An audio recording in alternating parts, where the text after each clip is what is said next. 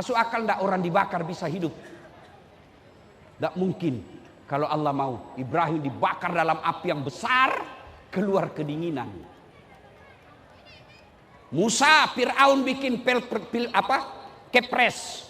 Perempuan hamil, kalau dia melahirkan, laki-laki bunuh. Musa lahir kecil, laki-laki. Justru masuk ke rumahnya Fir'aun. Dibesarkan dalam rumahnya Fir'aun. Padahal Fir'aun mau membunuh itu anak. Kalau Allah yang mau, segala caranya Allah selamatkan. Kecil ini urusan dunia, kecil kalau Allah mau. Maka saudara-saudaraku yang hadir, mau jadi bupati, mau jadi PNS, jangan kau sogok rakyat. Lebih baik kau sogok Allah, perbaiki sholatmu.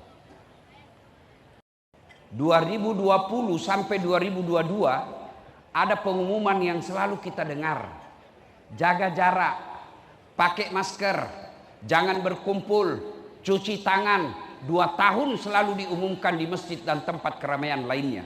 Kenapa? Masker waktu itu penting sehingga hampir tiap hari kita dengar pengumuman itu. Sekarang masih ada pengumuman itu, Bu? Masih ada? Tidak ada. Kenapa? Tidak penting lagi. Tapi ayat yang saya bacakan tadi, sejak 1400 tahun yang lalu tiap Jumat khatib bacakan, jangan kamu mati. Rasa-rasanya ayat ini tidak masuk akal. Jangan kamu mati, berarti mati kau yang ngatur. Woi, jangan mati ya, berarti mati mau-maumu. Padahal mati, mau atau tidak, tiba saatnya pasti mati.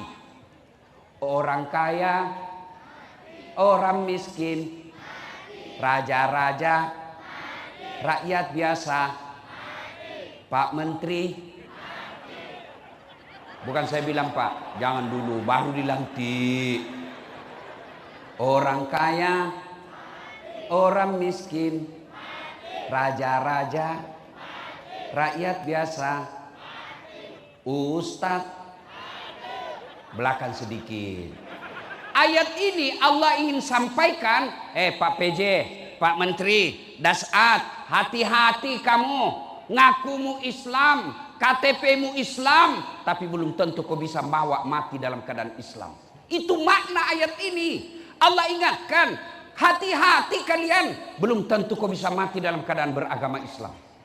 Insya Allah kita tidak akan mati dalam keadaan ngerampok.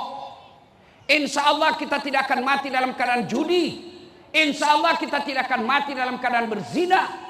Tapi yang bisa membuat kita mati kafir, hubbi aklil haram, suka memakan barang haram. Salah satu di antara barang haram itu menerima serangan fajar ketika pilkada yang akan datang. Kau tepuk tangan baru kau semua pelakunya. Hei, Bu, kalau ibu terima 300.000 miskin tidak? Kaya tidak? Ibu-ibu terima 300.000, 500.000 kaya? Tidak. Bapak-bapak tolak 300.000 miskin? Tidak. Namun yang pasti ketika kau terima uang sogok, itu artinya kau tutup masa depan anakmu yang cerdas. Tidak bisa jadi anggota DPR. Anakmu yang jujur tidak bisa jadi wali kota, tidak bisa jadi bupati dan gubernur. Kenapa? Hanya orang kaya yang bisa jadi pejabat. Maka ibu, kalau kau cinta Aceh, mulai 27 November ini, buktikan jangan terima uang sogok. Bisa ibu? Bisa.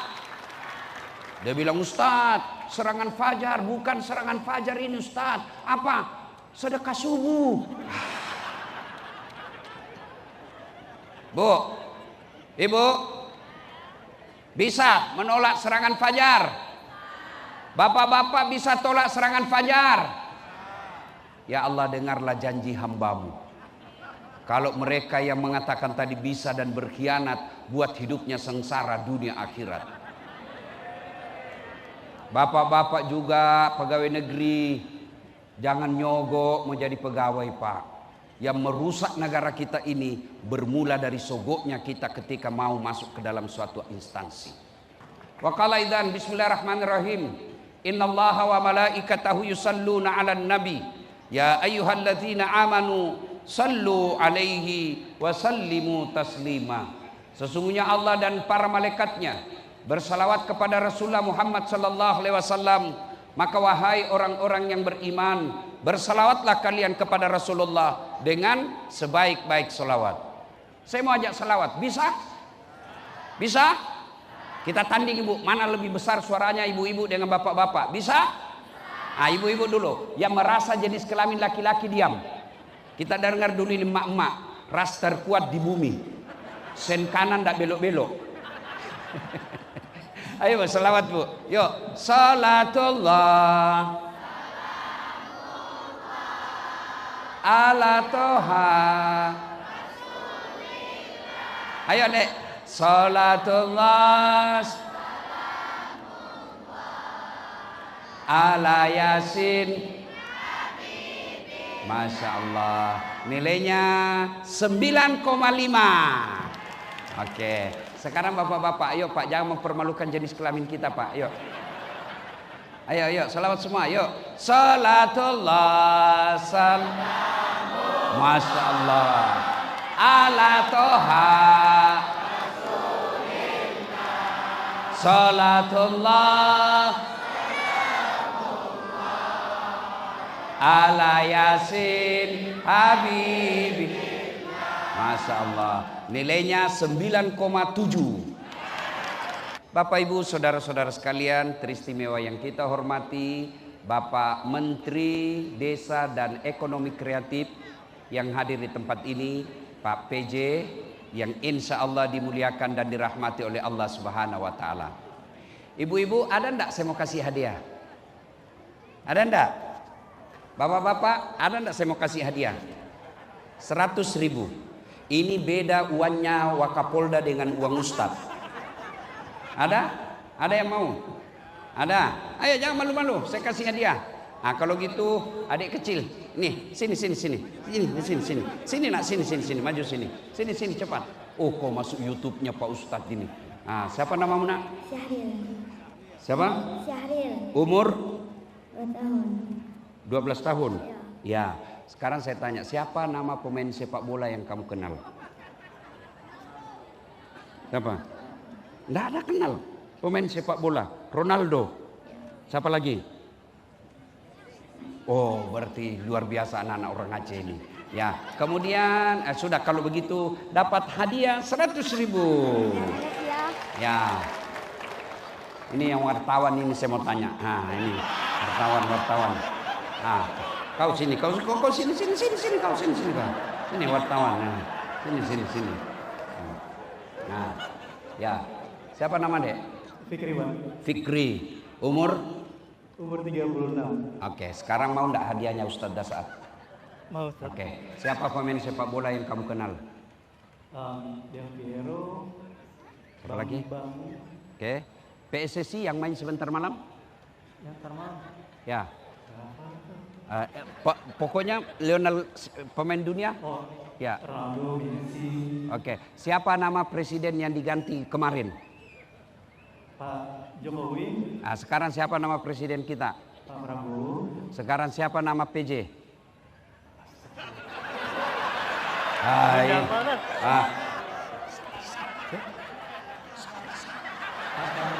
Ya, siapa nama penceramah? Pak Dausan. Oke. Nah, sekarang ini hadiahmu. Masih, Ustaz. Oke, jangan dulu pergi. Sekarang saya tanya, Dek, berapa anaknya Nabi? Nabi ada 1. Anak Nabi bukan anak kamu. Anak Nabi berapa? 2, Ustaz. 2. Oke. Siapa anak pertamanya? Siapa, Ustaz? Tidak tahu juga. Kalau begitu berapa anak tirinya Nabi? Tidak tahu juga. Sudah. Oke, terima kasih. Silakan duduk. Sama, Ustaz. Oke. Ini hadiah untuk kau. Pak, ibu-ibu, siapa nama istri keduanya Nabi? Siapa nama istri ketiganya Nabi? Ayo, saya yakin kalau ada kepala dinas saya tanya di sini, pasti ada yang tidak tahu. Ya kan? Ya, itulah sebabnya kita perlu maulid. Bayangkan anak-anak kita, Pak. Ini anak di sini ya masih terisolasi mungkin sehingga banyak tidak tahu pengetahuan tentang bola. Tapi kalau ada saya tanya di negara tempat-tempat lain, dia hafal Ronaldo, dia tahu Lionel Messi, dia tahu Lee Min Ho, dia tahu pejabat-pejabat kita. Begitu ditanya berapa anaknya Nabi? Siapa anak pertamanya Nabi? Demi Allah, Pak PJ, Pak Menteri, Pak Dasat, demi Allah dia tidak akan cari kamu nanti di padang mahsyar. Dia tidak akan cari dan tidak akan peduli kepadamu. Satu manusia yang peduli dan mencari umatnya. Ya Jibril, aina ummati? Jibril, mana umatku? Dialah Muhammad sallallahu alaihi wasallam. Betapa kecewanya Muhammad ketika ditanya anaknya kau tidak tahu, ketika ditanya istrinya kau tidak tahu, ditanya cucunya kau tidak tahu. Apa yang kau andalkan untuk mengenal nabimu? Zaman saya kecil, saya sudah kenal Nabi. Kenapa? Orang tua kita memperkenalkan sejarah Nabi dari kecil. Inilah pentingnya maulid. Supaya apa? Kita tahu sejarah Nabi. Setelah tahu sejarah Nabi, diusahakan mencontoh. Saya keliling maulid dari Sabang sampai Merauke, bahkan sampai ke luar negeri, temanya sama. Dengan maulid kita mencontoh Nabi. Masalahnya bagaimana kau mau contoh Nabi makan kalau kau tidak tahu sejarahnya? Bagaimana kau mau contoh Nabi bertetangga kalau kau tidak tahu sejarahnya? Ini pentingnya maulid. Jangan cuma datang maulid hanya untuk cari muka sama pejabat kita. Kita datang maulid dengar sejarah, kita contoh. Zaman saya kecil, ibu saya perkenalkan sejarah Nabi. Caranya apa? Lagu. Pada zaman dahulu kala. Kenapa mak? Pada zaman jahiliyah. Kan zaman dahulu banyak, ada zaman batu. Ini zaman jahiliyah. Tuh sudah informasi dalam lagu itu. Apalagi dilanjut. Lahirlah seorang rasul. Oh, rasul yang lahir. Bukan kaisar, bukan raja, rasul. Siapa namanya? Yang terakhir dan mulia. 25 nabi, bukan nabi pertama, bukan nabi tengah, nabi yang terakhir. Siapa namanya? Nabi Muhammad namanya. Oh, Nabi Muhammad. Siapa nama istrinya? Siti Aminah ibunya. Abdullah siapa? Bapaknya. Abdullah nama ayahnya. Di mana tinggal? Sigli atau Aceh? Madinah tempat tinggalnya. Tuh. Terus setelah dewasa. Oh, berarti dewasa, bukan remaja. Diangkat menjadi rasul. Dewasa baru diangkat. Siapa yang angkat? Oleh Allah yang kuasa. Allah itu siapa? Pencipta. Saya itu dulu. Sekarang saya kasih modern sedikit untuk ke anak saya. Anak-anak Nabi ada 7 orang. Ibu baru tahu toh 7. 3 laki-laki, 4 perempuan. Pertama Qasim, Abdullah, Ibrahim, Zainab, Ruqayyah, Ummu Kalsum, Fatimah. Pasti banyak di sini bupati yang baru tahu anaknya Nabi 7. Itulah makna maulid.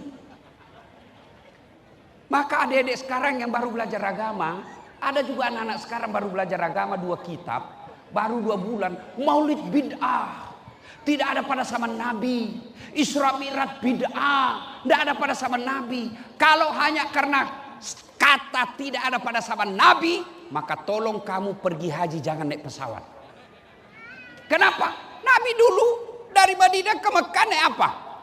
Naik onta. Datanglah kau ke Mekah naik onta dari Banda Aceh. 17 tahun kau tidak sampai. Itulah makna. Jadi maksud saya, kalau kau tidak mau maulid silahkan. Tapi jangan pula kau tuduh orang yang maulid sesat. Ini tujuannya kita maulid. Coba kita lihat. Dengan maulid kita bisa bersilaturahmi. Pak Menteri bisa datang. Pak PJ bisa ketemu kita. Ini hikmah maulid. Ada lagi makan-makan. Alhamdulillah bisa ketemu Dasat Latif. Apa hebatnya ini Dasat Latif? Kecil hitam. Lebih gagah Pak Menteri. Makanya saya tadi minder juga dekatnya Pak Menteri. Tambah kelihatan saya jelek. Memang saya tidak gagah Ibu. Tapi saya penuh pesona. Mana buktinya semua ibu mau foto sama saya toh? Ayo, Bapak Ibu saudara-saudara sekalian. Nah, Maulid tujuannya apa? Kita meneladani Nabi. Oke, karena waktu terbatas. Banyak sekali saya mau sampaikan, cuma waktu terbatas. Ibu bapak, Nabi itu belum lahir sudah yatim. Sudah meninggal, bapaknya kan masih dalam perut. Lahir baru 4 hari diambil ibu susunya, Halimatus Sa'diyah. Berapa tahun bersama ibu susunya? 4 tahun. Karena di kampungnya Halimatus Sa'diyah orang Yahudi selalu mengancam jiwanya Nabi, maka Halimatus Sa'diyah kembalikan ke ibunya, Siti Aminah. Usia 6 tahun, Siti Aminah berkata kepada anaknya, "Nak, kita ke Yatsrib, yang Madinah sekarang. Kita pergi ziarah kubur ke bapakmu." Pulang ziarah kubur, balik mau kembali ke Mekah, dulu Hijaz namanya. Di desa bernama Afwa, sakit Siti Aminah, meninggal sampai Rasul pingsan karena tidak bisa menerima duka yang sangat berat. Yatim dan ibunya lagi meninggal. Sampai direndam Nabi di tempat air baru bisa siuman. Coba. Pelajaran pertama. Nabi penuh masalah dalam hidupnya. Ada ndak di sini yang kalah ibadahnya Nabi? Ada ndak di sini yang kalah sopannya Nabi? Ada ndak yang kalah akhlak mulianya Nabi? Tidak ada. Tapi apa Nabi tidak punya masalah, Pak? Diangkat jadi rasul, diusir dari kampung halamannya. Siapa yang ngusir? Pamannya sendiri, Abu Lahab. Sampai di Madinah kira aman, ternyata kafir Quraisy menyerang lagi Nabi. Perang pertama perang Badar, alhamdulillah Islam menang. Perang kedua pembalasannya orang Quraisy kalah Rasulullah, perang Uhud, sampai wafat paman beliau. Ibu-ibu tahu 7 anak Nabi.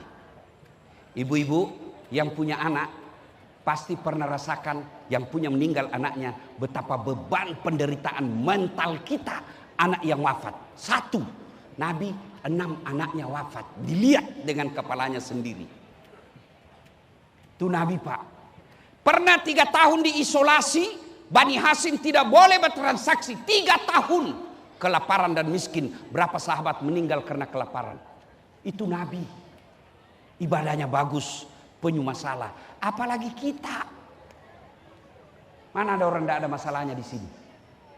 Ayo, Pak PJ, kau pikir tidak ada masalahnya? Sebentar lagi selesai urusannya. Begitu terpilih gubernur definitif, wabillahi taufiq wal hidayah, Pak PJ balik lagi. Ayo, Pak Wakapolda, apa masalahnya? Besar masalahnya, Pak. Apa masalahnya? Takut sama istrinya? Mana ada orang Aceh tidak takut sama istrinya?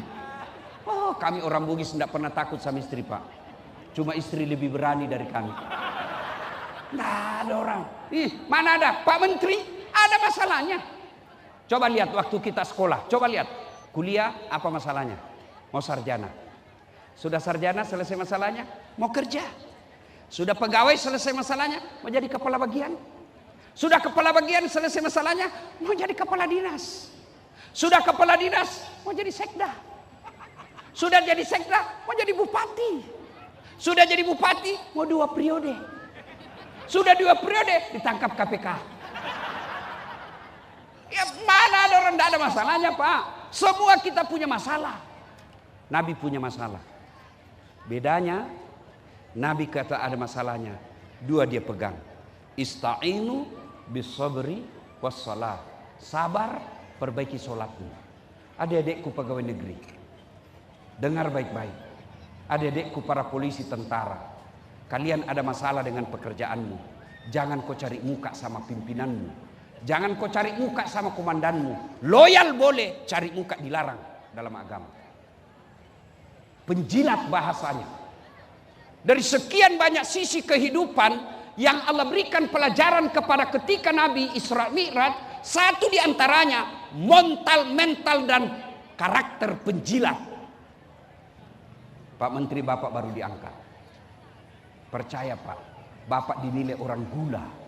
Semut akan berkeliling di antara Bapak. Tapi percaya, lebih banyak yang munafik daripada orang yang mau berteman secara ikhlas. Percaya itu, Pak. Kalau di depan kita siapa.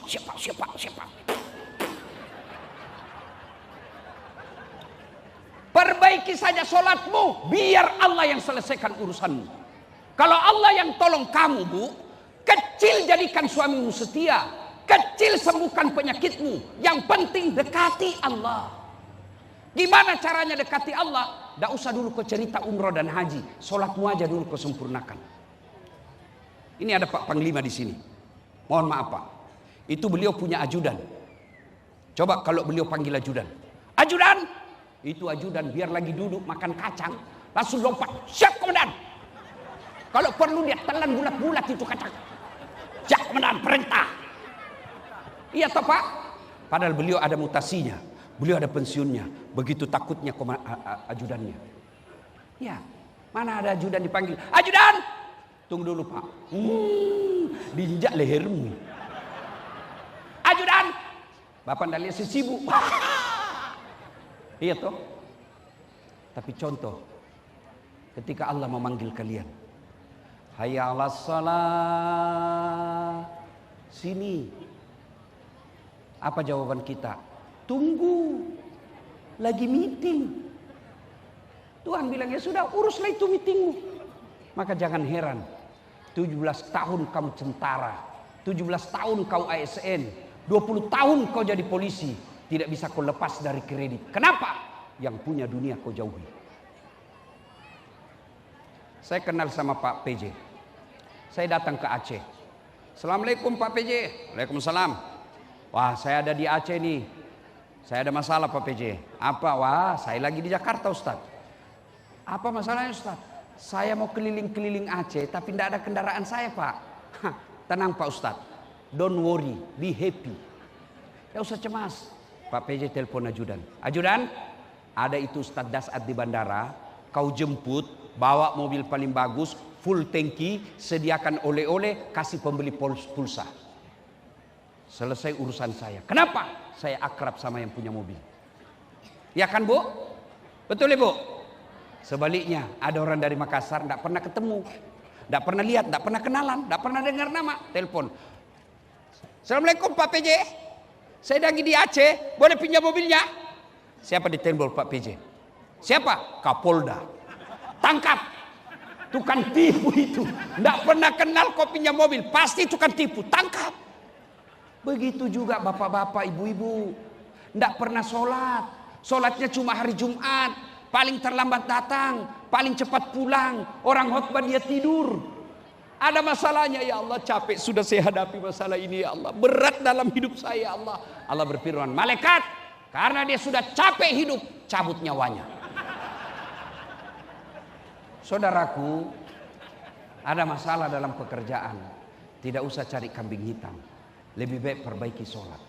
Kalau Allah yang tolong Bapak, kecil buat Allah. Kalau Allah mau, kecil buat Allah. Ibu-ibu saya tanya. Ibu-ibu, Bu. Halo Bu. Bu. Bisa enggak perempuan hamil enggak pernah disentuh laki-laki? Bisa enggak? Bisa enggak? Menurut ilmu kedokteran tidak mungkin. Tapi kalau Allah yang mau, Siti Maryam. Hamil enggak pernah disentuh laki-laki. Cuma sekarang banyak orang mau saingan Siti Maryam. Hamil dada-dadanya, beleng-beleng. Tidak ada suaminya. Ibu-ibu, Pak, masuk akal tidak bisa hidup dalam perut ikan? Masuk akal tidak? Tidak mungkin. Tapi kalau Allah yang mau, Yunus alaihi salam Pak, 40 hari dalam perut ikan, hidup selamat. Tidak masuk akal kalau Allah mau. Kecil itu hidup. Masuk akal tidak orang dibakar bisa hidup? Tidak mungkin. Kalau Allah mau, Ibrahim dibakar dalam api yang besar, keluar kedinginan. Musa, Fir'aun bikin kepres. Perempuan hamil, kalau dia melahirkan, laki-laki bunuh. Musa lahir kecil. Laki-laki justru masuk ke rumahnya Fir'aun. Dibesarkan dalam rumahnya Fir'aun. Padahal Fir'aun mau membunuh itu anak. Kalau Allah yang mau, segala caranya Allah selamatkan. Kecil ini urusan dunia, kecil kalau Allah mau. Maka saudara-saudaraku yang hadir, mau jadi bupati, mau jadi PNS, jangan kau sogok rakyat. lebih baik kau sogok Allah, perbaiki sholatmu. Coba itu gelar saya, banyak betul kan?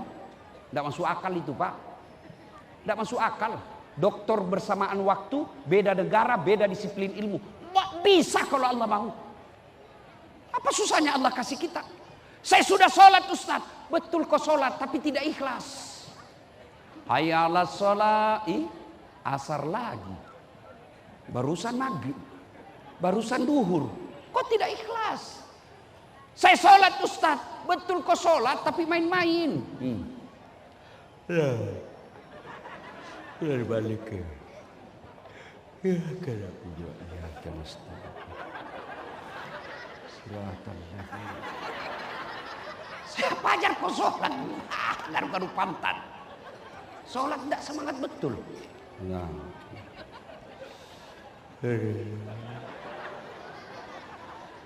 Kau ketawa karena kau bayangkan dirimu sendiri. Ya, Bu, sholat. Yang kedua, sabar. Sabar. Apa sih sabar itu? Alladzi isa asabatum musibah qalu inna lillahi wa inna ilaihi rajiun. Tiba-tiba PJ bikin mutasi. Tadinya kepala dinas menjadi staf ahli. Ahli yang tidak ada stafnya. Sabar. Berarti itulah yang terbaik. Sudah pasang baleho kiri kanan. Sudah bikin tim sukses. Ikut pilkada. Tidak menang. Sabar. Jangan menghasut masyarakat. 2014 saya ikut pilkada. Di Makassar 10 pasang calon Pak Menteri. Kalah. Tidak. Cuma yang menang lebih banyak suaranya. Allah tahu. Dasar. Tidak usah kau jadi pejabat. Kau jadi ulama. Kalau kau jadi pejabat, datang Kapolres siap komandan, datang Kapolda siap jenderal, datang Pak Menteri siap Pak Menteri, datang Presiden siap Pak Presiden. Sekarang saya jadi ulama, mereka yang hormat sama saya. Dengar ini para calon, dengar ini para calon, baik gubernur maupun bupati. Kalah, bukan kamu kalah, tapi suaramu tidak cukup. Jangan kau hasut rakyat lagi.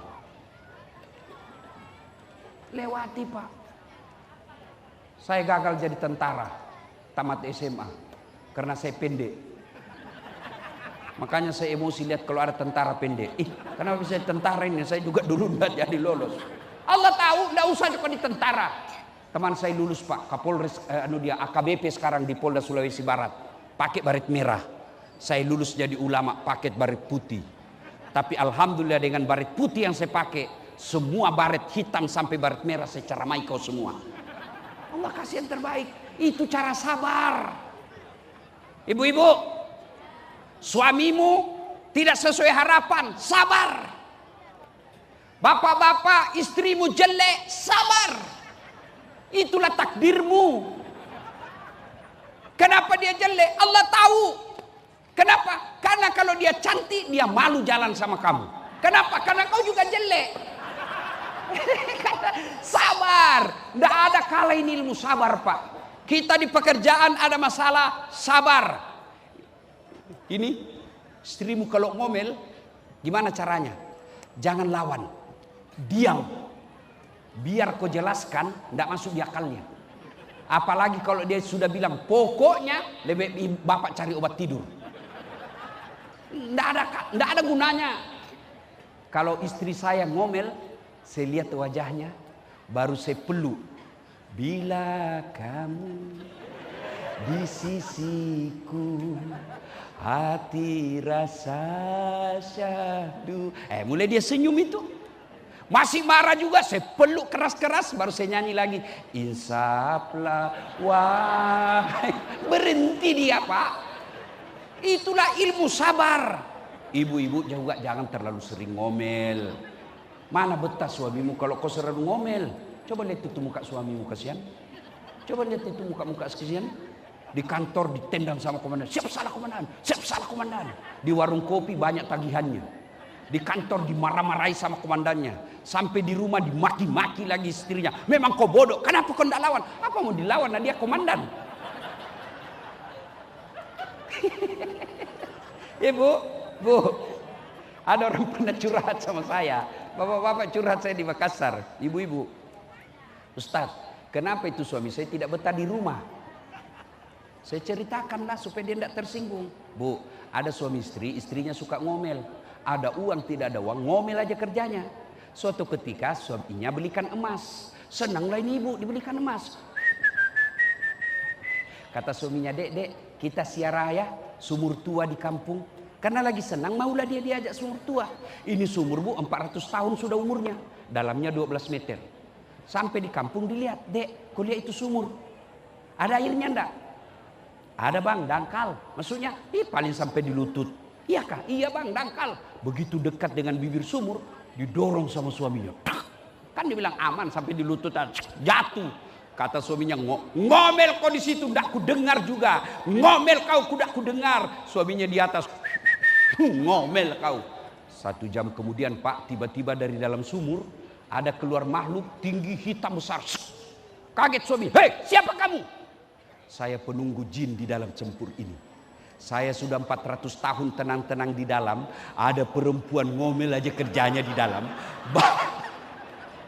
Dari tadi sudah 1 jam yang lalu ngomel aja kerjanya. Lebih baik saya lari. Kata si suaminya, kamu baru 1 jam. Saya 24 jam di dalam. Sudah paham ibu? Sudah paham? Bu, oleh-oleh maulid, sabar. Ketika ada suami yang tidak sesuai harapan, sabar.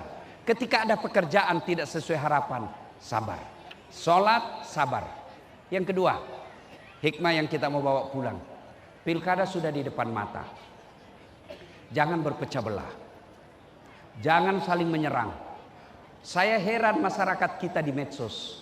Orang mau jadi bupati, orang mau jadi wali kota, orang mau jadi gubernur. Kita baku serang di medsos. Kepada tim sukses, dengar ini tim sukses. Silakan jagokan jagoanmu, jangan kau celah lawanmu. Silakan pilih jagoanmu, hormati lawanmu. Kepada para calon, jangan terlalu percaya kepada tim sukses. Lebih baik bapak langsung datang menyapa masyarakat. Ibu-ibu, jangan berpecah belah. Masih ingat Pilpres 2019? Siapa yang bertanding bu? Bapak Joko Widodo dengan Bapak Prabowo. Siapa yang menang? Bapak Joko Widodo. Siapa menterinya? Bapak Prabowo. Saling menyerang waktu debat. Selesai Pilpres, satu paket. Kita masyarakat masih bertengkar sampai sekarang. Wa'tasimu bihablillahi jami'an wa la tafarraqu. Berpegang teguhlah engkau kepada tali persaudaraan agama Allah dan janganlah engkau bercerai-berai. Dengar pesannya Pak Menteri tadi yang menyampaikan hadis Nabi. Hitam jidatnya sholat, puasanya Senin Kamis, tahajud tiap hari. Tapi banyak musuhnya, dia bukan orang mulia. Banyak musuhnya. Ini juga masalah. Ya ibu bapak saudara-saudara sekalian, ada orang baik sholatnya, berjamaah tiap hari, tapi di kompleks tidak ada yang senang, dia bukan orang mulia. Karena beliau katakan tadi, hadis Nabi, Hairun nas anfa'uhum linnas. Sebaik-baik manusia di antara kalian adalah yang paling banyak manfaatnya buat orang lain. Terima kasih Pak PJ atas undangannya. Ingin berlama-lama tapi waktu maghrib telah menjelang datang. 27 Oktober yang lalu Pak JK langsung telepon saya. Dan sebelumnya saya beberapa kali di WhatsApp sama Pak PJ. Pak PJ ini cerdik, pandai. Setelah saya tolak, dia cari mana yang bisa intimidasi pada saat. Oh, dia lapor sama Pak JK. Pak JK toko bagi kami. Dah saat ini ada wali Nanggro ini datang. Kau pergi ke Aceh ya. Waduh, kalau Pak JK yang perintah kita apa boleh buat? Siap. Alhamdulillah tiba di tempat ini. Tadinya direncana tanggal 7, tapi tanggal 7 itu saya baru tiba dari Los Angeles. Sehingga saya tidak memungkinkan untuk sampai ke tempat ini. Allah takdirkan tempat sini. Saya sangat bahagia bisa datang di tempat ini. Sebab saya tahu Aceh dengan Bugis itu sangat dekat secara kultur dan sangat dekat secara psikologis. Maka terima kasih atas undangan dan jemputannya. Mudah-mudahan umur panjang. Saya akan datangi semua Bapak Bupati yang hadir di tempat ini. Undang saya Pak, insya Allah saya datang. Ya, terima kasih. Lebih dan kurangnya mohon dimaafkan. Usikum wa nafsi bitaqwallah. Fastabiqul khairat. Assalamualaikum warahmatullahi wabarakatuh.